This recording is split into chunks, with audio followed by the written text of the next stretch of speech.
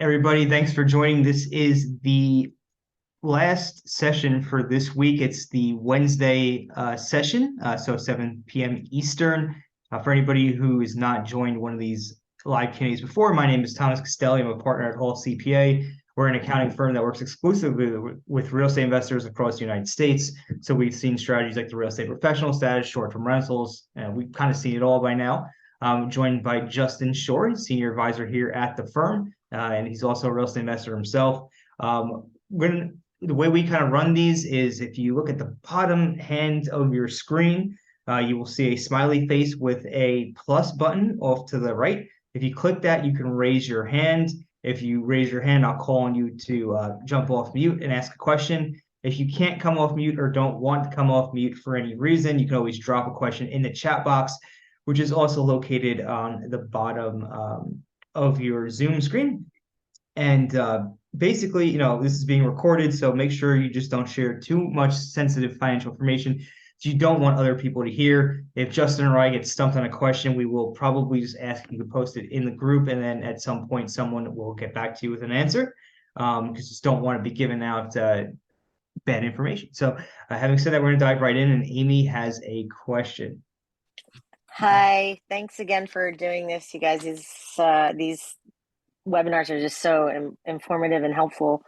Awesome. I have a question.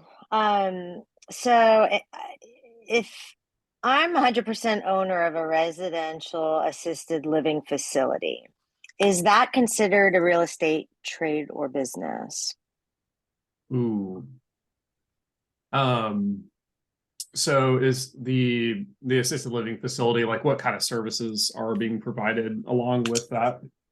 Well, and that's a good question. And I bring that up because I'm trying to tie it in, and I'm sure Thomas will remember me, but my whole sober living, I have a sober living home.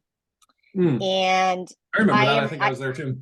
Yeah, I don't offer services. In fact, I've got clarification from the state because it runs into it. I'm a residence operator. They actually have a name for me. If I offer any services at my recovery residence, I will be subject to prosecution. I cannot be an unlicensed facility operating as an alcohol or drug recovery treatment center. And I think the confusion comes because there are actually single family homes that do offer, they are called residential recovery residences. They're detox, they're homes, they're single family homes and sometimes estates, and they have doctors on board, everything like that. After they're done and they detox, they move on to what my house, which is purely living. I like to consider myself as I'm the landlord, but I am a landlord on steroids that is going to ask you questions and walk in the house 3 or 4 times a week. I'm going to come visit you, and not in a bad way. You actually develop relationships, with your tenants because you want to get to know them.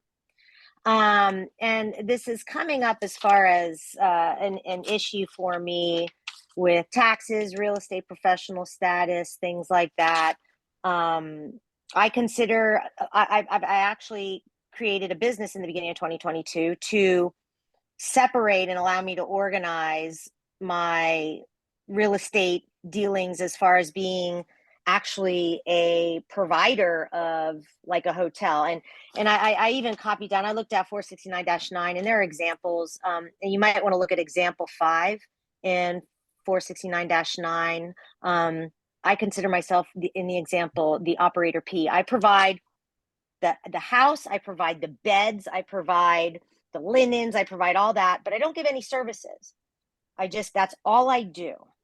Okay. Now, yeah, I would say if it's purely just the use of the property or whatnot as a residence, and I would say you'd be okay. It's just where you get into trouble with it being not treated as like a rental operation would be if you're providing the substantial services where it's anything like kind of above and beyond or whatnot. Got you. Now, well, with that being said, then for me to separate the costs of I had to buy beds, I have to buy pretty Sure. plants. I have to make this a home-like environment, not like your grandma's crappy, house. Like some of these sober livings are just terrible. Mine's upscale, mid upscale, and it's just a house, and I'm the Sure. landlord. And then I have a property management company, and that is called the Lemonade House, if you happen to remember it. The Lemonade House is the one that collects the rent, and it pays me, Amy, the landlord, $5,000 a month. And everything else stays in the Lemonade House. It's a property management company. It's not a sober living place, because I want to open a place for vets. I want to open a place for kids aging out of the foster care system. That's my company. I structured it that way. Is that company a real estate trader business? It's the property management entity Yes. you're talking about. Yeah, I would say Yes. so. I mean, if its main purpose is managing, operating those rental properties, again, Buying just stuff, yeah. Kelly. Yeah. I mean, even if you, I mean, having to furnish the property or something like that is going to be material participation in time that you could log. But yeah, that sounds fine. Okay. Okay, cool. I have other questions. I'm gonna let other people jump in. They're just kind of like nuts and bolts things, but thank you so much for that. Sure. All right, so we got Alexandria up next. Okay. So my question is, I have my short-term rental that's in my personal name. And then I just opened up an LLC. I don't know exactly what I'm going to do with it yet, but I may be doing rental arbitrage with it. I created it in the name that I want my brand to be. I'm confused about how the two are connected, but my question for you is, if I open up a business credit card under this new entity's name, should it only be used for the business for this new entity, or can I use this credit card for something for like my short-term rental stuff? Because it's all short-term rental related, but is it separate? Yeah, so Justin, if you have another opinion, feel free to jump in. So when it comes to the business credit card, if it's associated with the LLC, it should only be used for the activities that LLC is participating in an ideal world. And the reason for that is mainly, and I'm not an attorney, I can't give legal advice, but mainly not to break the corporate veil. Like if you use that business credit card that's under 123 LLC, for example, for 123 4's business, right? Then that you would be considered to be breaking the corporate veil, and you might, if you ever get like sued or into any legal issues, they might be able to say you're not treating it like a real business, and because you're commingling funds and all that. Now, having said that, from a tax perspective, as far as taxes go, generally speaking, it's going to be the expense is going to be deductible under the business that the expense is ultimately done for, right? So even if you put something for your short-term rental business on this credit card, you would still be able to deduct it through your short-term rental business. You're just adding some administrative layers on there to make sure that all the numbers end up in the right place.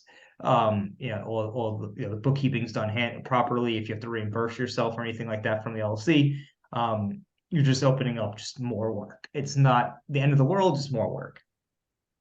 Yeah, I would agree with that as well. It's like from the tax perspective, it's not going to cause you any issues. It's really just only implications would be more potentially on the legal side. Okay. Albeit those are kind of obscure. Okay, two follow-up questions. So for the short-term rental property that I own, I guess best practice for bookkeeping purposes is if I want to use a credit card, maybe just use one credit card for that property. Would that be what's suggested?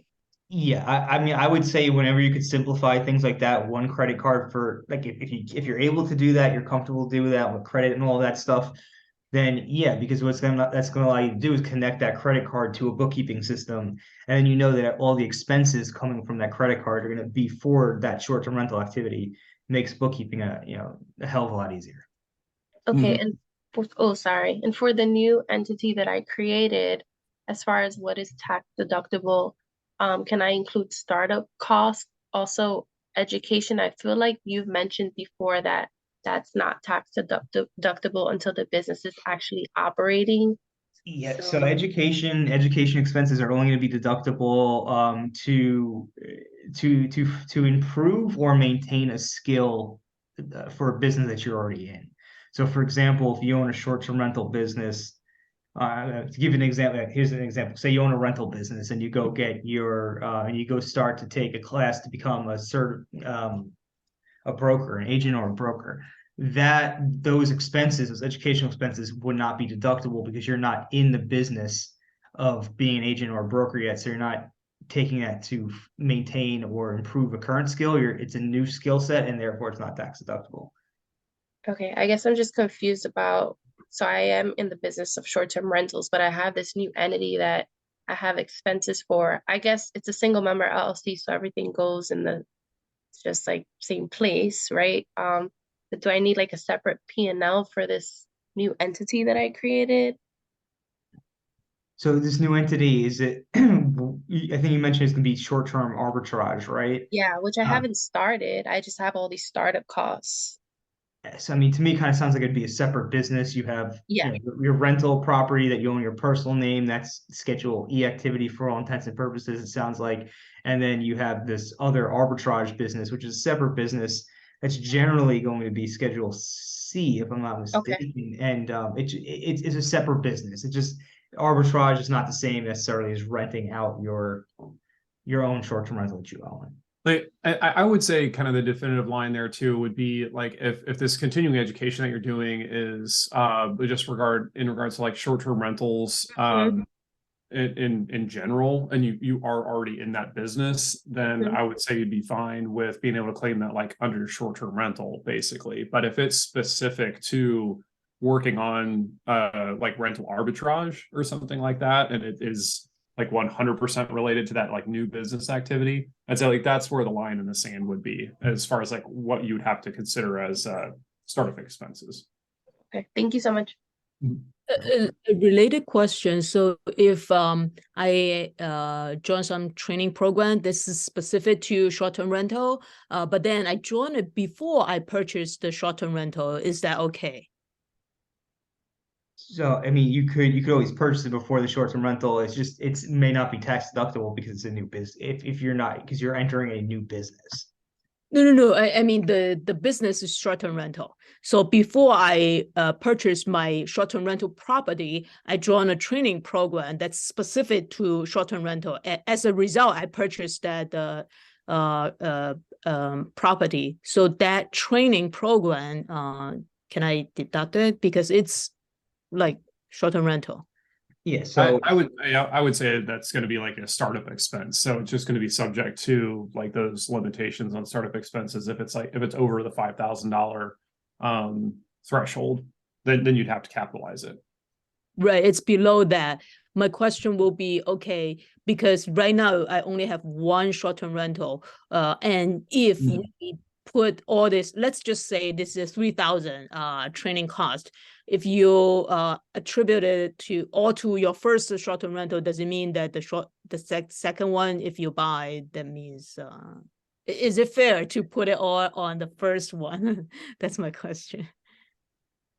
Yeah, basically because it's going to be considered startup expenses just for that business activity. So when you just happen to acquire like next year a second short-term rental, you're not starting a new business activity for the purposes of those like startup costs and how they're going to be qualified. But you don't need to, it doesn't need to be like reallocated or anything like that, or spread between the two properties necessarily. Okay, got it. Thanks. Yep. all right. So just a quick reminder, if anybody does have any questions, you can either drop them in the chat box or you can raise your hand, come off mute. I'll go ahead and call on you. I know right now Amy's the only one with her hand raised, so I know Amy has another question or two. So Amy. Oops, sorry. I realized I didn't have myself muted either. Good thing I wasn't screaming at my kids, get ready for volleyball. Okay, so I have a quick question. Can a nonprofit business, like if I were to put my lemonade house into a nonprofit category, does that still count toward real estate professional hours? Even though it's doing real estatey stuff, can it count? It's a good question. I don't Thank you. Yeah, I mean, it's a good question. I don't know. I don't know. Holy crap, I stumped you guys. I should put my face on here so everybody could see me. Yeah, I No, I don't. didn't mean to, but it's a legit question. I think that's not, new. But weird. You know what I mean? Who does that? But Yeah, I mean, we'd have to probably take a look into like, what specific nonprofit you're categorizing it as, and then if there is any precedence, or any case law or anything really that would prohibit it from being a real property trader business, despite the fact well, I that think it's profit.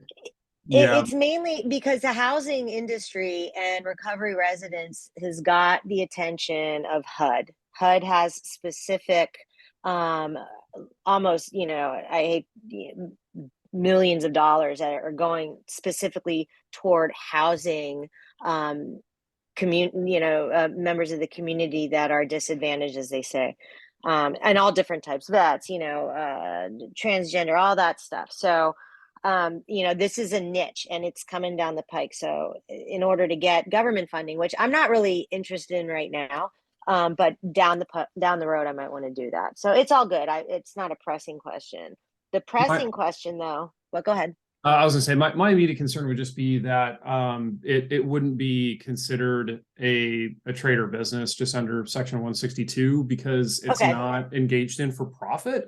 And while like it's a completely different code section, just the fact that like the real estate professional status under Section 469, it's defining a real property trader business. And I don't think that like something being a nonprofit, I don't think that you'd be able to say that that is a trader business just because it's not engaged in for profit. It's quite the opposite. Well, I mean, a nonprofit is a structure. It's a business entity. A nonprofit has to make profit or else it goes away. So that's something if eventually you got around to looking into it, that would be cool. If not, I'm not going to do that paperwork anyway at this time. But the next question I have is, can I do a cost segregation on my sober living home? And do I have to include like my furniture fixing, sheets and everything, or is that completely separate? Because I renovated that home and that was where a lot of my hour, I personally renovated it. Like I had nothing else to do. So that's my job. And then but do I have to separate cost segregations, or just can I bonus depreciate like my furniture, fixing, sheets, plates, all that stuff? Can I just slap that in one big furniture and fixings thing and bonus depreciate it?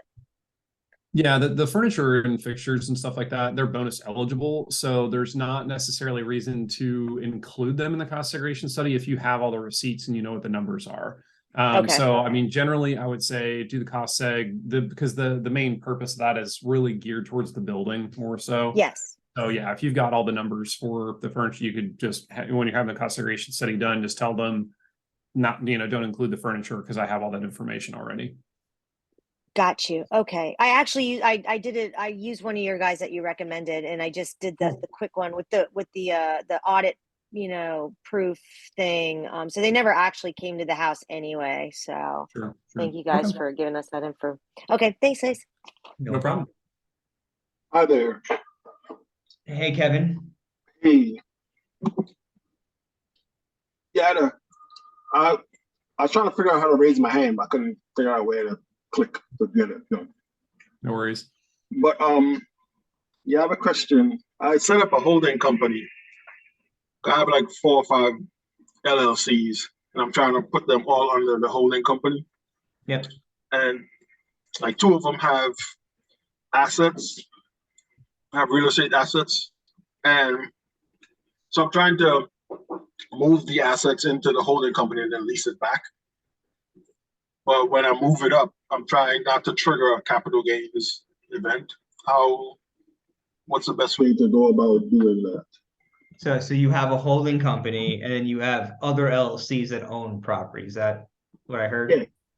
Okay. Yeah. So I'm pretty sure as long as I'm pretty sure you could just kind of transfer ownership of the LLCs to the holding company, and there shouldn't be a capital gains event from that. Right. and then just lease back the property in the holding company to the LLC. Well, so you're trying to move the properties that are in the other LLCs into the holding company. Right. So then, so there won't be there'll be additional protection, because if something happens, then the operating company doesn't own the property that the event happened on. The holding company does, and it's just leasing. Yeah. It sounds like you've got a few different potential considerations going on here. So like the kind of standard structure with the holding company would just be that the holding company itself would be the sole member in each one of the underlying LLCs. So there wouldn't exist a lease between the different entities.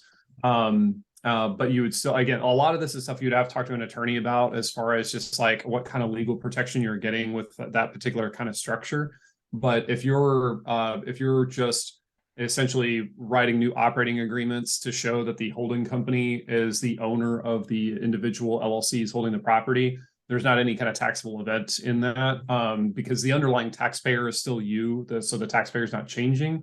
Only other thing you just have to make sure of is that none of these entities are something other than an LLC. Like if any of these entities are C corporations, S corporations, or something like that, there'd be some potential issues there with being able to move the properties around.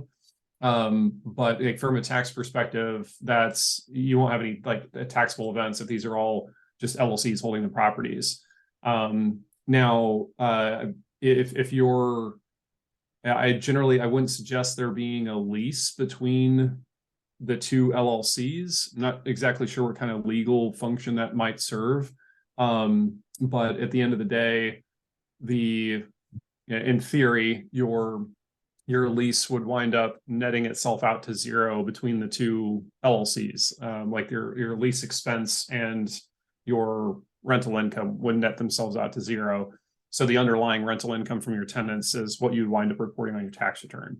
So I don't know if you have more information about like this concept behind leasing the property from one LLC to another.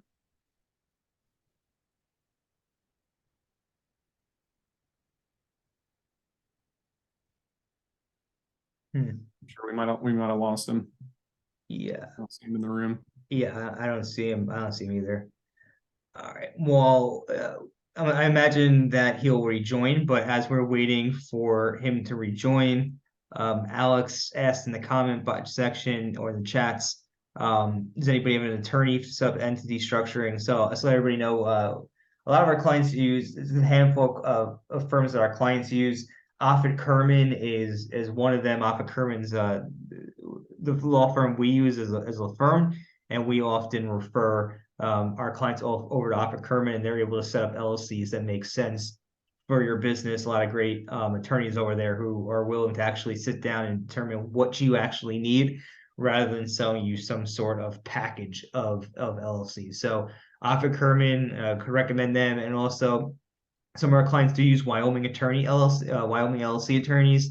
A gentleman named Mark Pierce and his son Andrew Pierce. They set up the Wyoming LLCs. If you're interested in that, not going to go too much into detail on that because it's all legal stuff, and we're not able to give legal advice. But both of these firms have worked with our clients, so we've heard good things. So moving on, Kevin, welcome back. So you kind of got lost or got cut off. And you're muted, Kevin. Sorry. The algorithm decided to do its thing just as I was getting crucial answers. Yeah, I don't know. So yeah, essentially, I was basically just saying, I don't know how much of it that you missed, but just moving your LLCs like underneath the holding company, shouldn't create a taxable event of any kind, as long as you're not dealing with like yeah, they are S corps. Yeah, S corps and the C corps.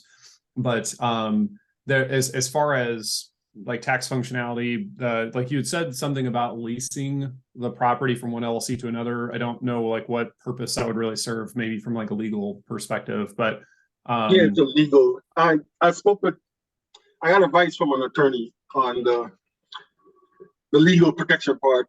Mm-hmm. But I was trying to find out if I'm move the stuff if it would create a tax event that I didn't anticipate. So that's why I was asking the tax part of it. No, you're good there. So for S corp, it doesn't create. It's no. It is there special circumstances with S corp or?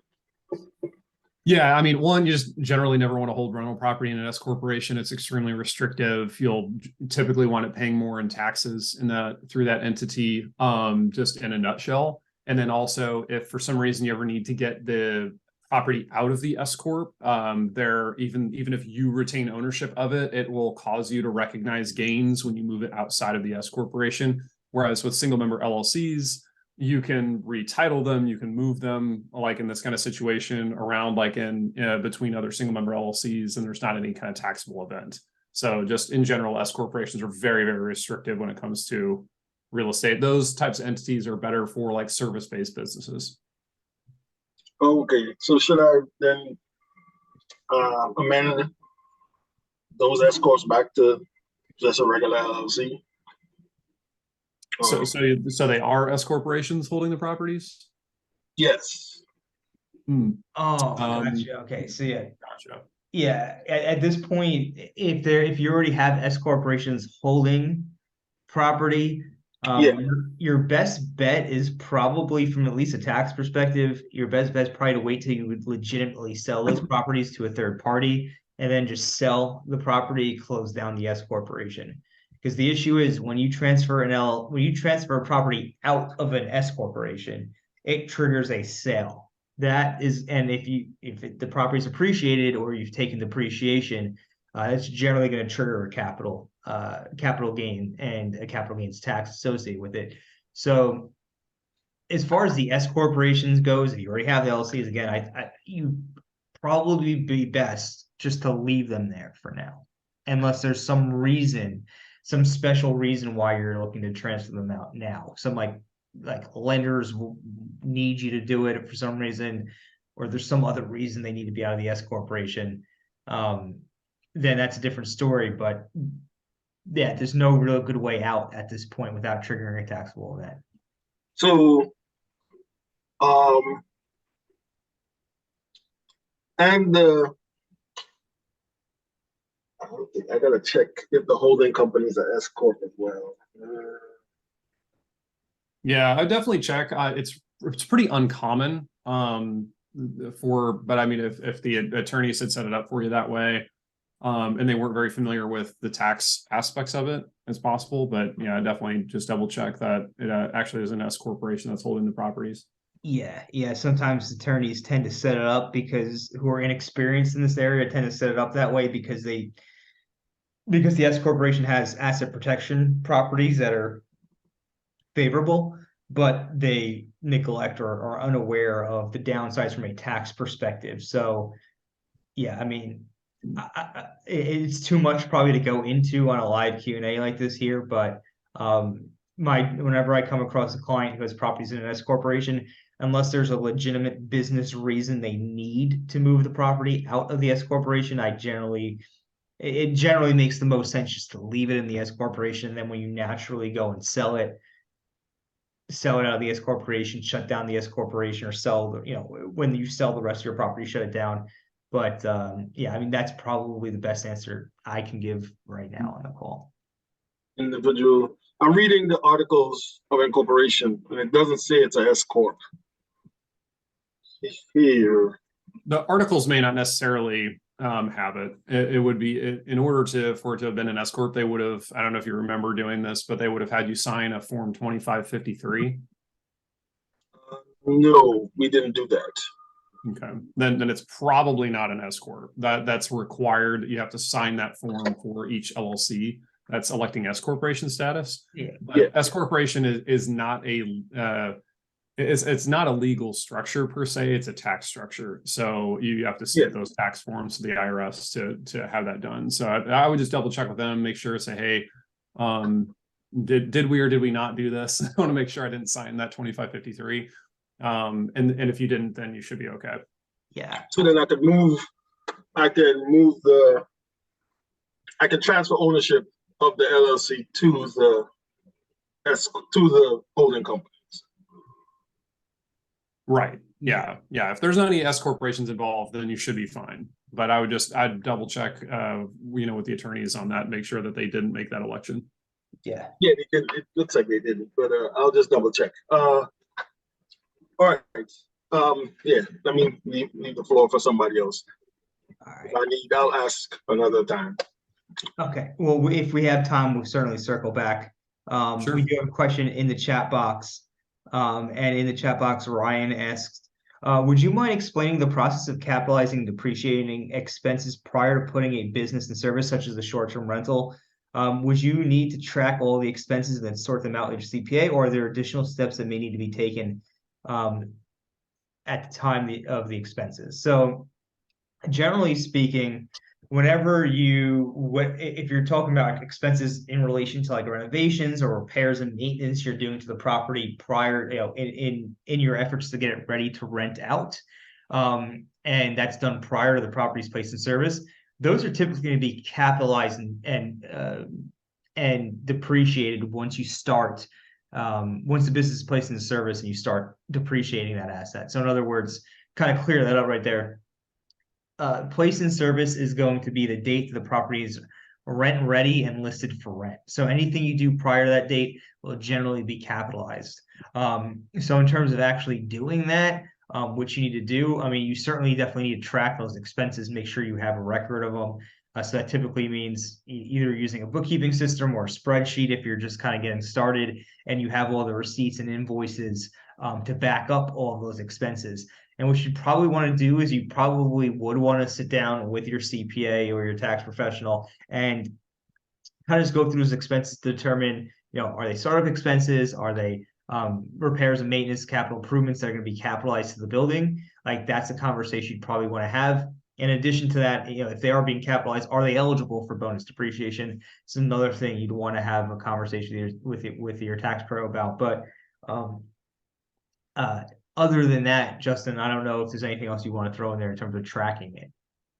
Yeah, I mean, I was just going to add in there, just it sounded like based off the context of the question there, Ryan, too. The other thing that you would generally want to have done is have a cost segregation study performed to be able to break out everything that was in the building before you started basically like adding furniture, and doing some of those or adding new appliances, doing things like that, because that's going to break out more bonus eligible property for you.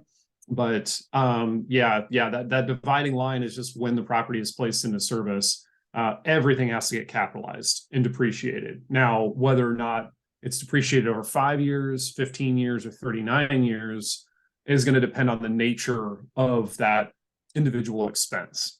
So you could have some things falling in each one of those categories. And the items that are 5 and 15-year depreciable assets, that's what's going to be bonus eligible. So you've got a few different buckets that things can fall into there. So that's why it's really important to have all that detail on hand, so that when you go to your tax preparer, you can provide them with that detail, because if they don't have all the individual pieces of information, by default, they're just going to have to throw it in the 39-year depreciation category, and you could lose. You could not lose, but you could slow down your deductions extremely by like not having that detail on hand.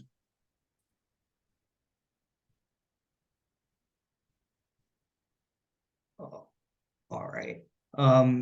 Thanks, Justin. So we right now don't have anybody with the hand raised. We don't have anybody dropping any other questions at chat. Okay, we have Wei, Wei raising their hand. Feel free to jump in. Yeah, sorry. Sorry, there may be some noise. So just follow up with Justin. I want to replace some windows on my short-term rental before I put it to the surface.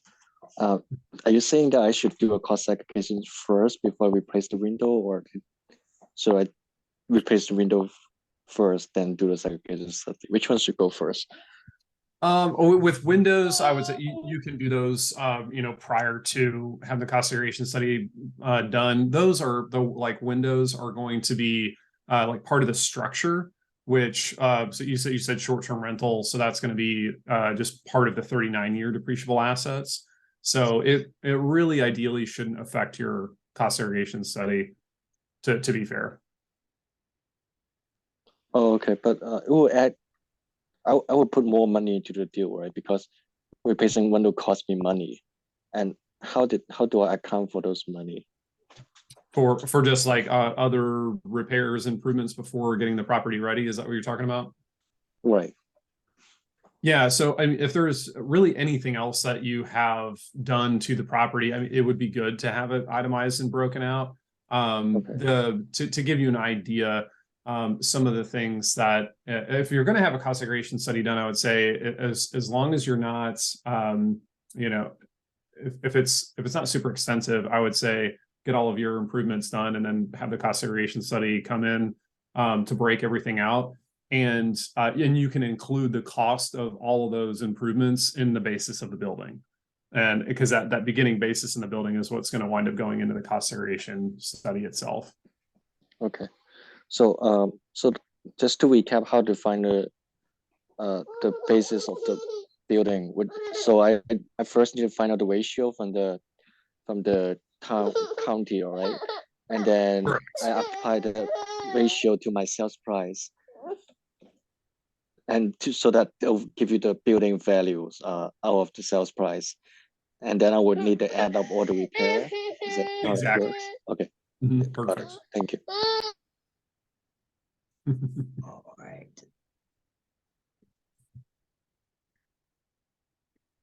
All right, so if anybody else wants to jump in, raise their hand, feel free, or drop a question in the chat box. We still have about 20 minutes or so left in tonight's or this evening session, depending on where you're located. Are you guys still taking new clients at this point, or you guys are fully booked?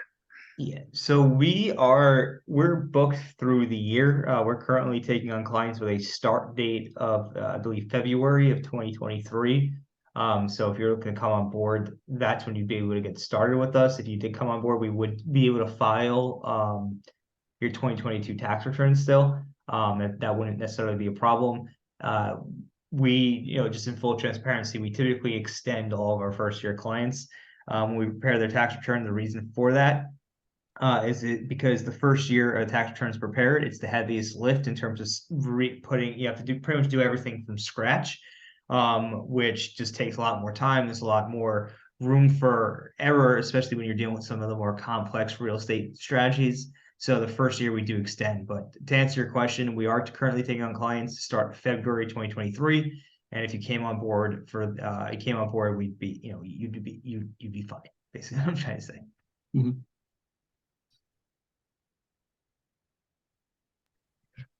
Just a quick question about the link you just sent out. I click on it, and then after login, it says I don't have any active subscription. I wonder what kind of subscription we need for that, because I think I have access before. Yeah. So can you refresh the screen? I think I did.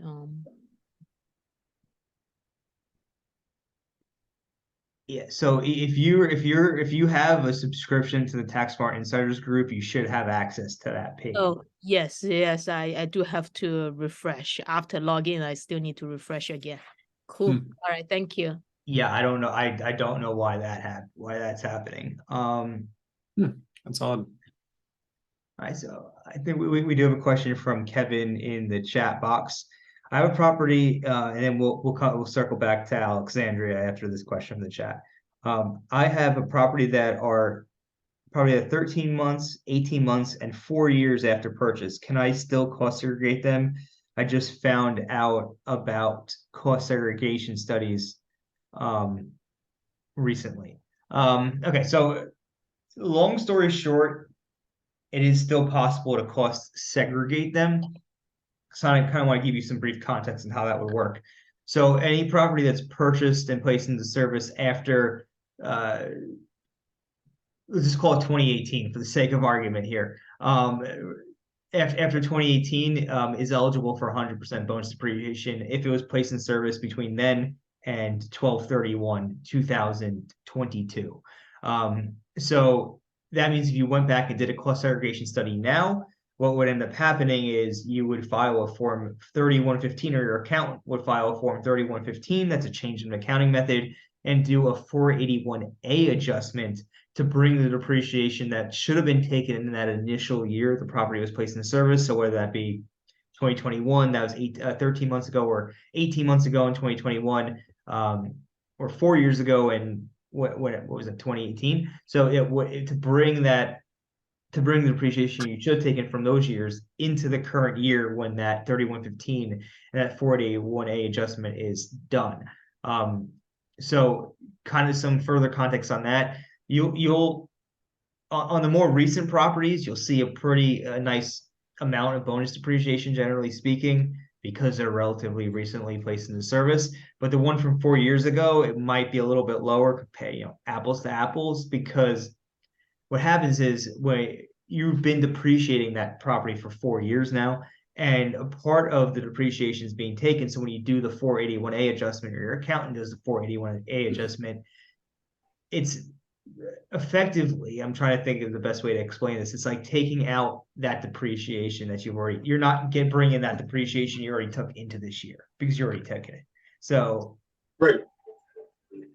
Long story short, you could do it. It's going to be a little bit more money a little bit more cost to you, generally speaking, when you file your taxes, because these extra forms have to be filed.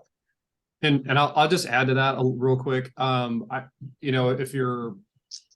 If you're asking your tax preparer about this, you get a lot of questions from clients that are kind of like, how do I know if, like, what's a good qualifying question to ask my tax preparer to see if they know how to do this or whatnot? I would just ask them that, ask them what form it is that they need to file in order to claim this basically catch-up depreciation, this retroactive cost segregation benefit or whatnot. If they don't know, I would pump the brakes. That form in particular is one of the more complicated and obscure forms. I've very rarely come across other tax professionals that aren't, really heavily involved in real estate that know what it is or how to fill it out. So just be a little cautious. Make sure they really know what they're doing before they file that form for you. Okay, that makes sense. All right, and before we circle back to you, Alexandria, just the follow-up question Ryan has relevant to cost segregation studies, so I'll just kind of knock that one out. Outside of furniture, what counts as 5 and 15-year property? We actually have an entire list of it. I believe it's posted somewhere in the Insiders group. If it's not, I'll make sure I'll go ahead and there post it. Examples of tangible personal property include appliances such as dishwashers, dryers, garbage disposals, microwaves, ovens, stove ovens, refrigerators, trash compactors, wine coolers, window air conditionings, antennas, awnings, canopies, billboards, blinds, drapes, shades, coin-operated laundry equipment, if anybody's operating multifamily, carpeting that's not glued down, counters, cabinets, racks, and shelves, dehumidifiers, emergency generators, exhaust fans, false balconies, fans, fire extinguishers, flagpoles, furniture, glassware, greenhouse heater. There's a bunch more here on the list, light fixtures. I'll have to share this list in the Insiders group after we hop off here. There's a lot of stuff that goes into it. For land improvements, which is 15-year property, we're talking about bridges, canals, curbs, docks, underground pipes and drains, fences and landscaping, driveways, road sewers, shrubbery, sidewalks, sprinkler systems, TV and radio transmitters that are under the ground, and then like things like pools and like sheds, things like that would generally be considered land improvements. So I'll go ahead and again I'll post that in the Insiders group for everybody. And then Justin, you want to jump in there? Yeah, I was just gonna say, like, generally, like the 5-year properties, because like you said, the 15 years, all the land improvements. So a lot of that's going to be outside, like the driveways, if you have a concrete patio or a pool, that kind of stuff. But your 5-year property in general, it's going to be inside the building, and it's going to be things that are relatively easy to remove. Like, I mean, the hardest thing to remove that is on that list would be like cabinets. Because you just got to take a few screws out and it's easy to remove those and take them out. So that's kind of like the general rule of thumb, is that if it's something that is relatively easy to remove and it doesn't damage the property to remove it or something like that, it will typically be 5-year property.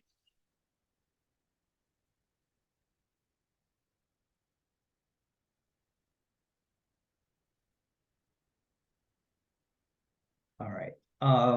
So we do have Alexandria with a question. So Alex, you're up next, and we have a few from the chat box. Okay, quick question about Roth IRAs. There's some sort of income cap to be able to contribute. Is that correct? And like, where can I find what income is that? I just want to know. So it's earned income typically. So it's income that you would generally earn from, say, a job. Like if you had a job, you received a W-2, or if you worked in an active business like consulting, or pretty much any active business that's not rental real estate. Because the way it works, you have to generate that earned income, and typically you're going to be paying FICA taxes on it. So in other words, that if you're self-employed, that 15.3% self-employment tax, or if you have a job, you're typically splitting that with your employer, the FICA tax. So you'll be paying I think 7.35%. They'll be paying the other half. So basically the point I'm trying to make is it's the earned income. It's typically W-2 income or income from a business you're actively involved in. It's typically not rental real estate. Okay, thank you. And the limit is 200,000 of adjusted gross income before to be able to contribute to a Roth IRA. Where can I find my adjusted gross income again? Is that a form? That's on your that's on your form 1040. Okay. Might be able to pull up a line. It'll be on the first page. There's a line that says adjusted gross income. I think it's 8 or 10. Yeah, right there towards the bottom of the first page. Hesitant to guess right now. Thank you. That's good. Good enough. It's Thank there. All right. So sorry, go ahead, Yan. Yeah. So since we're talking about this, I'm just questioning about like a solo 401k.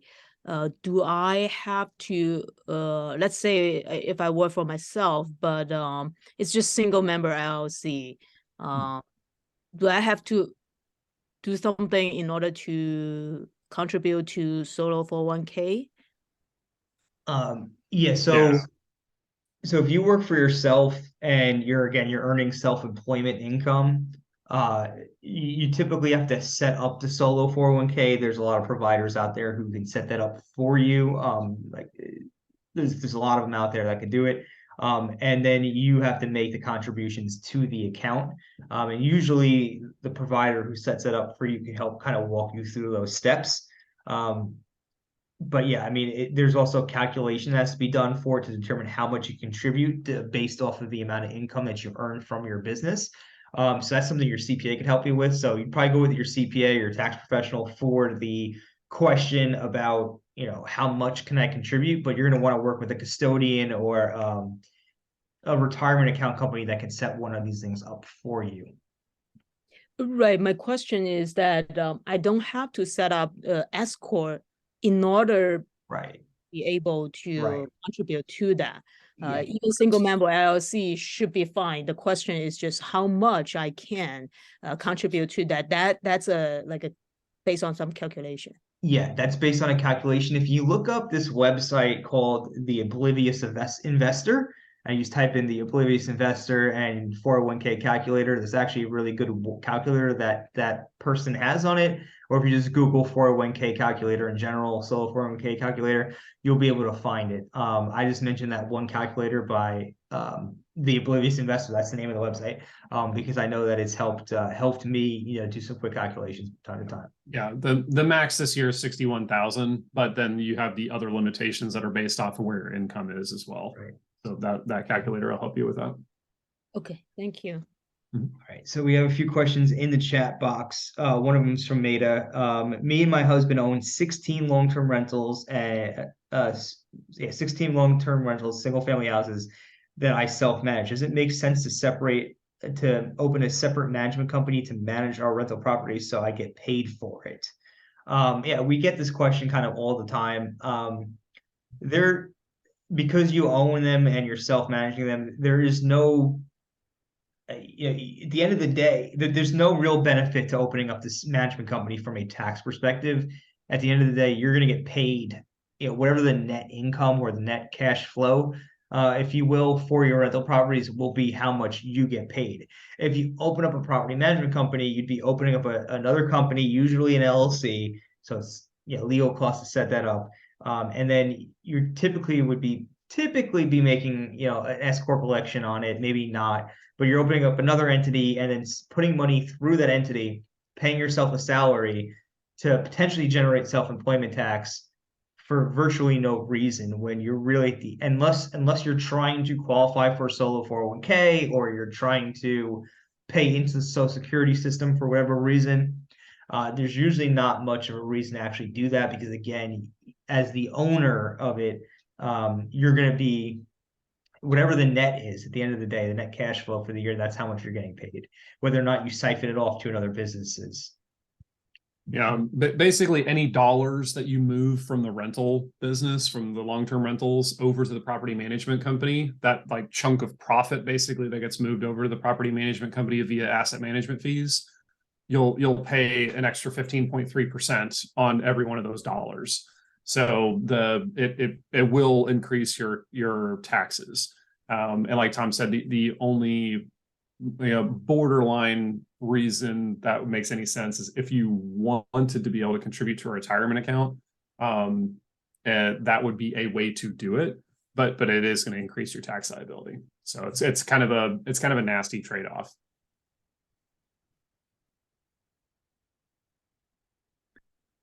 Yeah.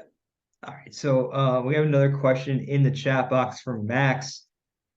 We have about 6 minutes left, so we'll probably take their questions in the chat box. If he does have any last minute question, want to raise your hand, go ahead and raise it now, just in case, because we're probably gonna run right up against the clock here. So Max goes, I'm building a house with a loan for a primary home. We changed our mind and plan to use it as a rental. They're supposed to finish in September, so I bought at least 10K of furniture to furnish it, to rent it for traveling nurses. Now it won't be finished by the end of the December, or maybe even January. If it's not placed in service, for a day, I can't claim these furniture expenses, right?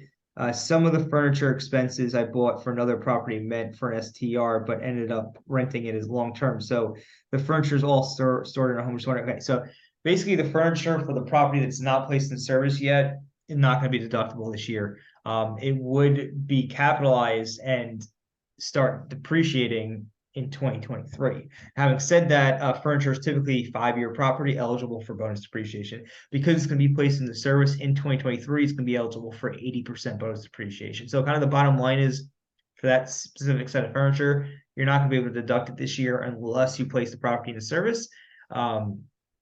It's kind of, I don't know if I missed anything there, but Justin, but that's pretty much the bottom line for that furniture for the property that's not going to be placed in service until 2023. Yeah, I'd agree. Unfortunately, there's not any other way to slice that. It would have to just go on the 2023 tax return when the property's in service and start being depreciated in the 2023 tax year. All right. Thanks. And then we have Wade. Do you have an S corporation sole proprietor calculator to share? Thank you. Are you referring to like 401k calculations, like sole 401k calculations, or like making a decision between S corporation or sole proprietor? Yeah, making a decision like which one will save you taxes, basically. Let me see. Hold on.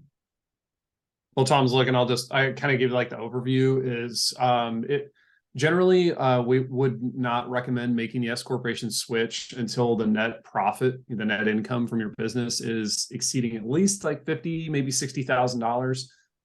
There are a lot of variables in that conversation as far as like how much you'll actually save, but the main initial big tax savings that you'll receive from it is by mitigating that self-employment tax exposure by drawing a salary that is basically less than what the profit is from the business. But your salary does have to be what the IRS considers to be reasonable compensation. So you have to determine what your reasonable compensation is. Generally, we do it by doing a statistical analysis. Kind of quick and easy way is to look at what that particular profession in your area should be making, like what the fair market value is for those services or whatnot for an employee to be earning that as a W-2 earner. But like I said, typically it's got to be at least 50, 60,000 in profit before making the switch to the S corporation makes sense. because you'll have two new expenses come on board. One, you'll have an S corporation tax return. It's much more complicated than an individual return. And you'll also have, you need to have payroll services. So those, payroll services are going to run anywhere from, $700 to $1,200 a year. And then your S corporation tax return, depending on your provider, that could be $1,000, $2,000 a year as well. So basically you don't want to have all these new expenses come on board that are going to be more than the dollars in taxes that you're going to save by making the switch. And a lot of that's related to profitability. All right. All right, thanks, Justin. I just went ahead, I posted a link in the chat box, it's a link to a QBI calculator, but I've actually used this before and it's decent enough to give you kind of a ballpark. It'll show you like what it would look like with different entity structures, including as corporations and sole proprietorships. Maybe worth taking a look at. Other than that, I don't have a calculator that we could share offhand for that. I do have a few more questions. We're going to kind of go through the ones in chat box. We'll take Max, who has his hand raised, and that will be the end of the questions for this evening. Kevin G says, I have a second job and it's taxed W-4. I want to switch to a 1099 in order to run income through my LLC. What is the best way to get that achieved? Sounds like it's probably a W-2. You receive a W-2 each year. You'd probably want to talk to the HR department of whatever company is employing you, or the owner, or whoever's your employer. You're going to want to speak to them about getting that switched. They may or may not switch that for you depending on their business model and legal issues that they have, because there are some issues between, W-2 and 1099. Like sometimes you have to be a W-2. You can't be 1099, or there's significant risk for the employer if they were to categorize you as a 1099 independent contractor. So you'd want to speak to your employer about that. It's kind of the bottom line. Meta asks, what do you think of this DIY cost seg studies? Is that good enough? So this DIY cost seg for smaller properties, generally under like 500,000, maybe $600,000, the DIY cost segregation software is typically going to be good enough because it's a lower cost property and the cost benefits there. When you kind of get the more expensive properties, you're generally going to have a conversation with your cost segregation company to see which makes the most sense. Sometimes you could get more benefit. It could be more cost effective to go with the traditional study where someone actually reviews your property. There's also something out there now called where people are actually doing virtual site visits, where they'll actually walk your property virtually through like a webcam. So that's something else you might want to check out. I don't have the name of that company offhand, but bottom line is for smaller properties, DIY cost segs typically are good enough. To answer your question, Justin, I don't know if you have anything you want to throw in there. Yeah, I was just going to say, I know like the DIYcostseg.com, it's backed by a pretty reputable firm that we know of. KBKG is another one that offers a similar type of product. That's another reputable firm that does cost segregation studies. So yeah, that's like Tom said, if you're on like below $500,000-$600,000 price point, it's going to make a lot of sense to do one of those. But they are relatively young in the tax world. So I know like DIY cost seg, they offer audit defense insurance. And then KBKG also has a similar type of audit defense, basically because there's not been any tax court cases that have challenged one where we can see context for them or not. Cost segregation studies themselves have been around for decades. So we do have court cases we can look at for context on those. But the software cost seg studies are new enough that they just haven't been around long enough to be battle tested, so to speak. So that's how the audit defense that they offer on those is a good idea.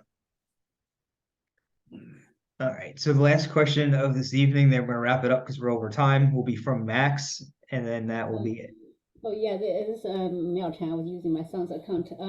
So we just closed a house today with seller financing, and then there is a tenant there. She's moving out in December. So basically, we bought this today. We have 1 month. So service. If I use that furniture, this is a follow up from earlier. The furniture. If I use that furniture for this house, would that work? Because this tenant is come with the purchase, like inherit the tenant, and then it is furnished rental. and then if I say I use the furniture for this rental, would that work? So the property you just purchased with the tenant in it sounds like it's already placed in service. Yes. That's usually that's what happens when you have a tenant already in there. So if you were to furnish that house, if you were to furnish the house at this point, you would be able to, depending on the cost of the furniture, you might be able to use the de minimis safe harbor to deduct the furniture as an expense in this year, or you may be able to bonus depreciate it if it's above $2,500 the furniture per piece of furniture. Well, I don't understand. So I can use it. Why cannot use a bonus depreciation for this year for this property if I use it? Well, you could. What I'm suggesting is if you have the furniture, you purchase the furniture, you might be able to use the de minimis safe harbor and immediately expense it as an expense and not have to depreciate it. However, if you can't do that or you don't want to do that, you could certainly capitalize it and then take the bonus depreciation on it. Oh, okay. So there's either can count as expenses or use an alternative as a bonus depreciation. Well, the furniture could, if it's under $2,500 per invoice line item when you purchase the furniture, you could potentially use that de minimis safe harbor. Otherwise, you would have to capitalize and depreciate it. Oh, I see. Okay, thank you. No problem. All right. Anything you want to throw in there, Justin, before we wrap that up for today? No, I don't think so. All right. Just Awesome. chat box question. Awesome. So, the last question I think was just, do you have any W-2 income tax calculators of bonus depreciation? Not that I'm aware of that we have available. We can distribute right now. So perhaps in the future we'll be able to share something with you guys, with everybody in regards to that. But I want to thank everybody for joining this meeting. The next live Q&A will be posted, I think, tomorrow in the insiders group for everybody who wants to make sure that you RSVP to the next one. And I'm also going to post tonight, right after this, I'm going to go ahead and post that 5 and 15 year property list. So thanks again, everybody, for joining, and we'll see you on the next live Q&A. Thank you. Bye now.